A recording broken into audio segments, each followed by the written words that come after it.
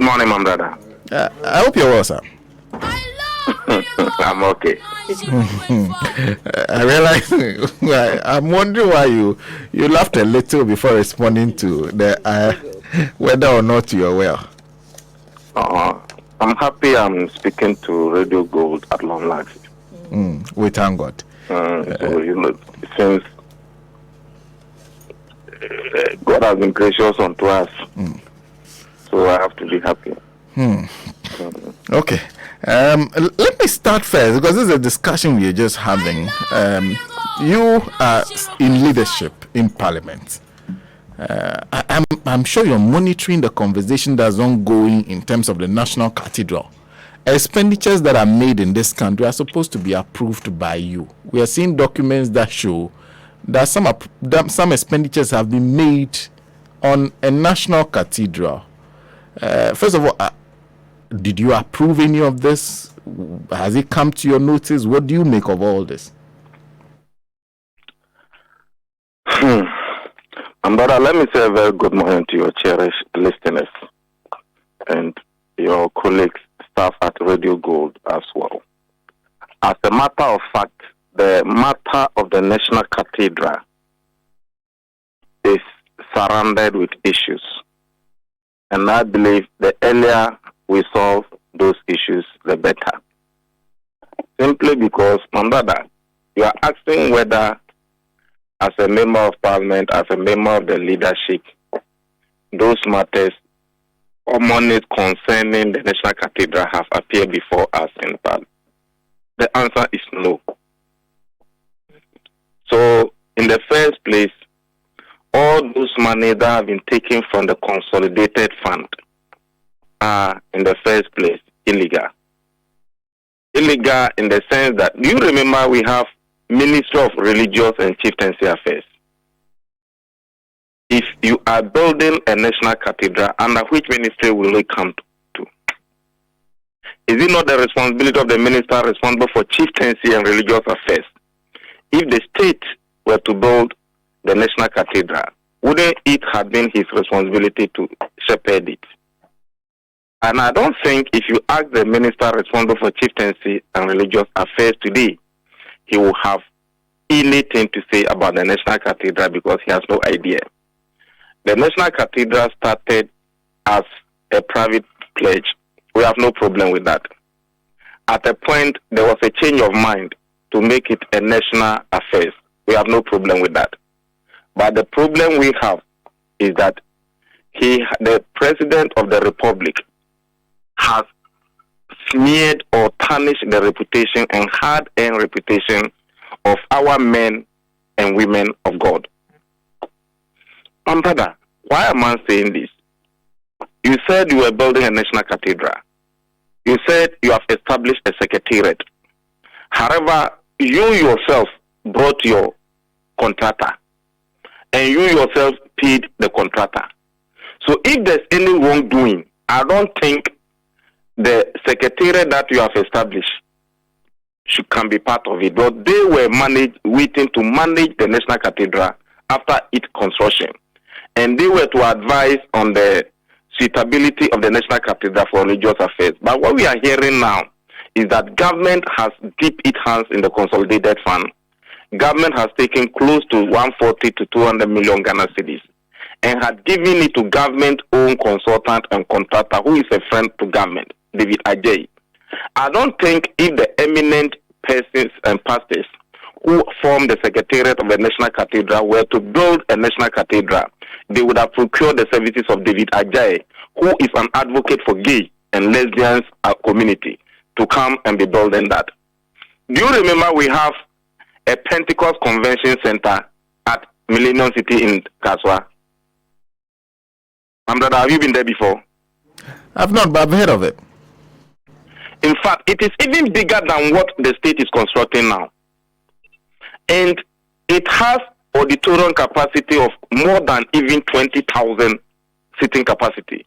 And we don't have just a single auditorium. We have about 4 or 5 auditoriums.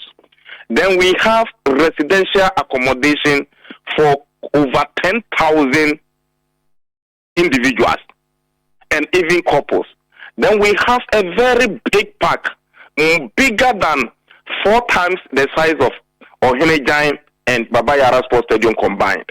That was built by the former chairman of the Church of Pentecost, Apostle Ntumi.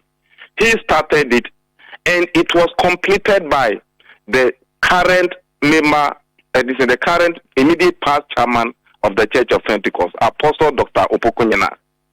So, as a Church of Pentecost, we have done it before. And that is what attracted, when the president went there for the first time, he was amazed. And when Baumia went there for the first time, he was amazed. When President Mahama went there for the first time, he was also amazed.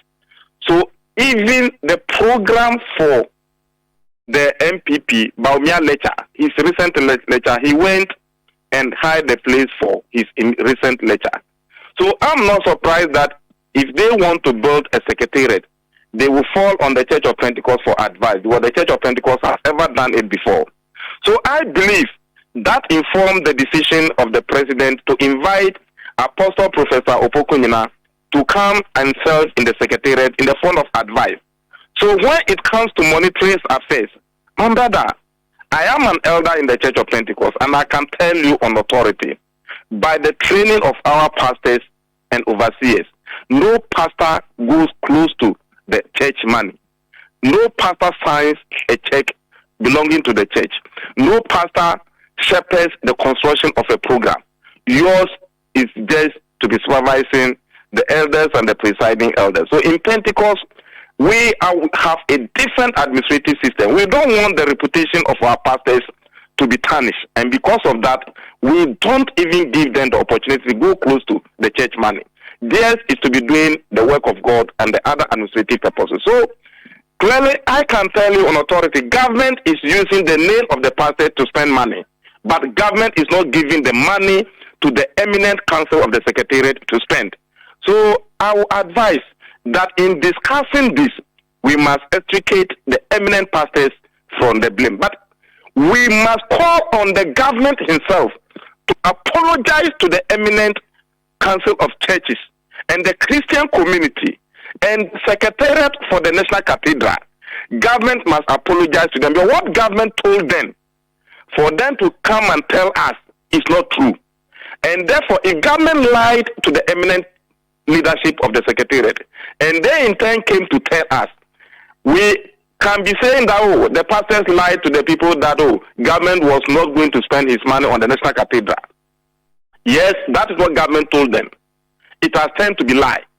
So can we say that it is the Reverend Oponi Frimpong who is lying, excuse me for my word, or is government who is lying? But I know on authority that is government who is lying. But does it not also lie, Honorable, with these eminent men of God to speak out if they believe they are being led on a lie? Because the whole perception of men of God is under threat. Mr. Boatin, you are right. But men of God to Kana, even myself, for me to speak on this matter of the National Cathedral as an elder in the Church of Pentecost, this is the second time I'm speaking on it. As a man of God or man of integrity, before you speak or open your mouth, you must do your cross-check and double-check your facts. So I have cross-checked and double-checked my facts. And that is why I'm speaking to you for the second time on this same matter. So I know the men of God are also gathering their facts. In the fullness of time, they will also come out and speak to it. But that is why I'm calling on government, before the men of God come to speak on the matter of the National Cathedral, government himself must come out and speak and apologize to the men of God that he misled them. And government must extricate them from the fraud, that they were not part of those who took the unbudgeted money for the construction of the National Cathedral. And government must let the whole Ghanaian public and the Christian community know that it was not Dr. Oponi Frimpong who voluntarily came to say that government was not spending a taxpayers' peswa on the National Cathedral, but that information was given to him by government. When you do that, some of the men of God have said for 30 years, 40 years, in their lifetime, they've dedicated their lives to God. So you don't just use one political activity to tarnish their hard-won reputation. And that is why I'm speaking this way. So, my brother, clearly, National Cathedral, we have about 80% of Christians in Parliament. The Speakership of Parliament, all the three, the Speaker and his two deputies are all members of the Roman Catholic Church. Myself, as a deputy whip, I'm an elder in the Church of Pentecost. The leader of the house is a member of the Assemblies of God Church, Then, my brother, Comfordoyo Gansa and James Aveji, Presby and Assemblies of God. So clearly, out of the 13 members of the leadership of Parliament, it's only 3. It's only Mutaka, Haruna Idriso, and Habib who are Muslims. The remaining 10, we are all Christians out of the 13 leadership of the House.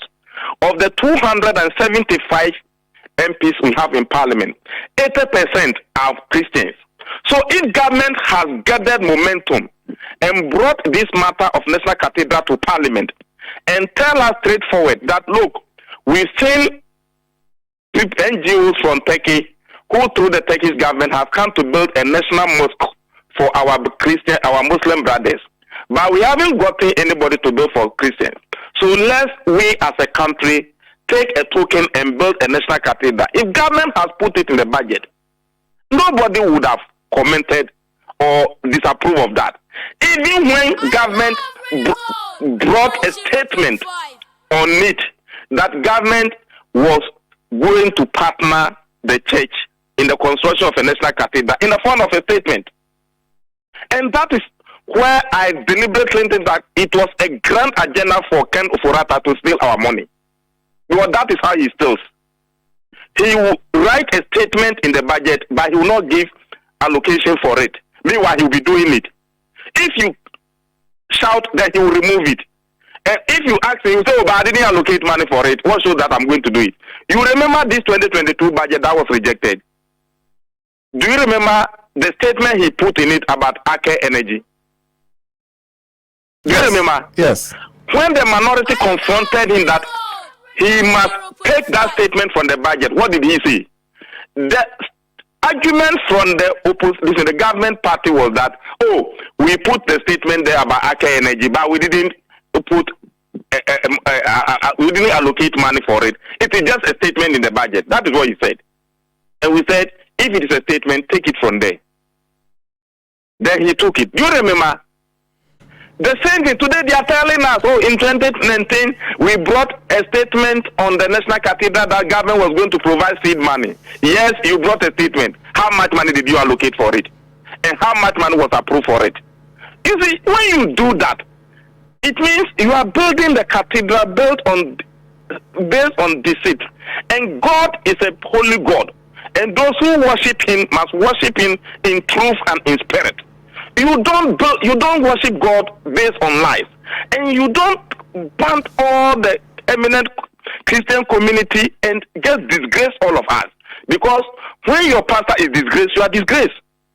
When your pastor has been misled, you have also been misled.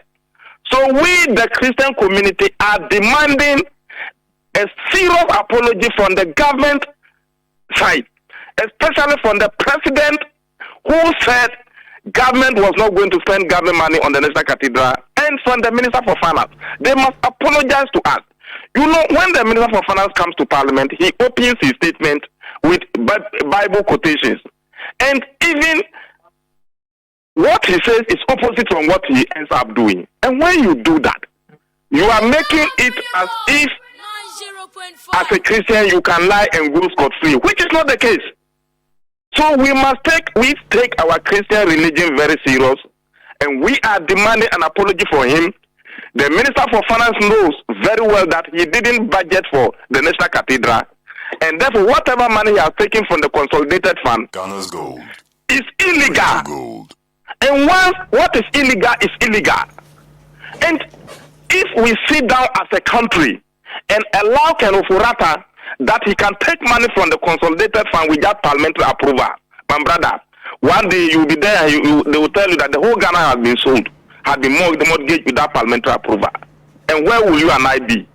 So, we want a national cathedral based on truth. And we want an apology from him. If the state wants to build a national cathedral, they must bring the budget for the national cathedral to parliament. And we, the 80% Christians in parliament, we approve it for them. But you don't go through the back door and be taking the taxpayers' money without telling them. When you take somebody's money without telling him, what is it? My brother, what is it?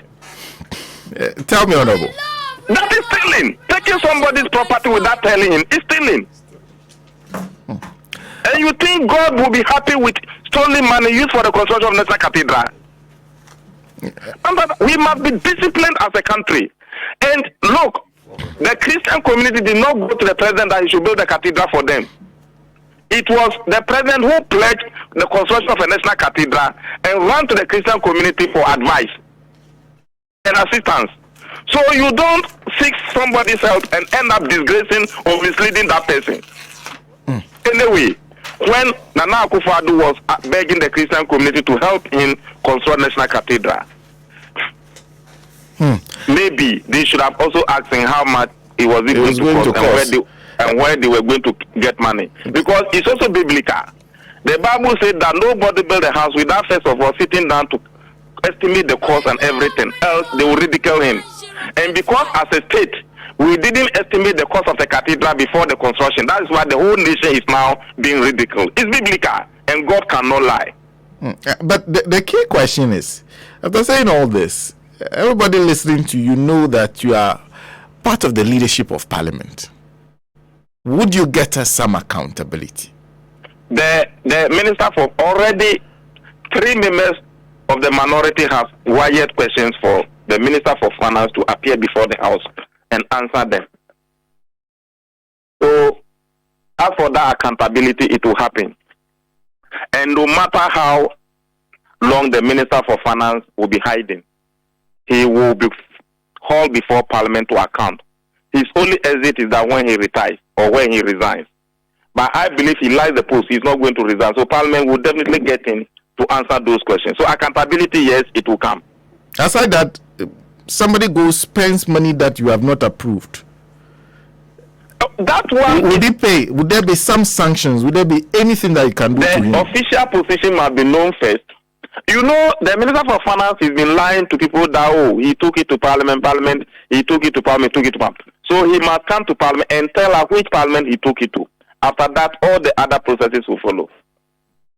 The same Minister of Finance you are expecting, I understand you are now expecting him coming Wednesday, to appear before you to answer questions on how he spent the COVID money. Why didn't he turn up yesterday? In fact, the Parliament has been on him. The first time we filed a motion, it was approved by the Speaker of Parliament, Right Honorable Speaker Bagben. It was quashed or dismissed by the first Deputy Speaker, Joyce, and they thought they were doing the Minister for Finance a favor. I told them that they were creating doubt in the minds of the international community and the Ghanaian people that the COVID money was not spent in proper way, and that's why they were running away from accountability, and that it will go a long way to hand them. But when you go and take money from somebody that you are going to use it to go to hospital, then you end up stealing that money. That one, you will account for it.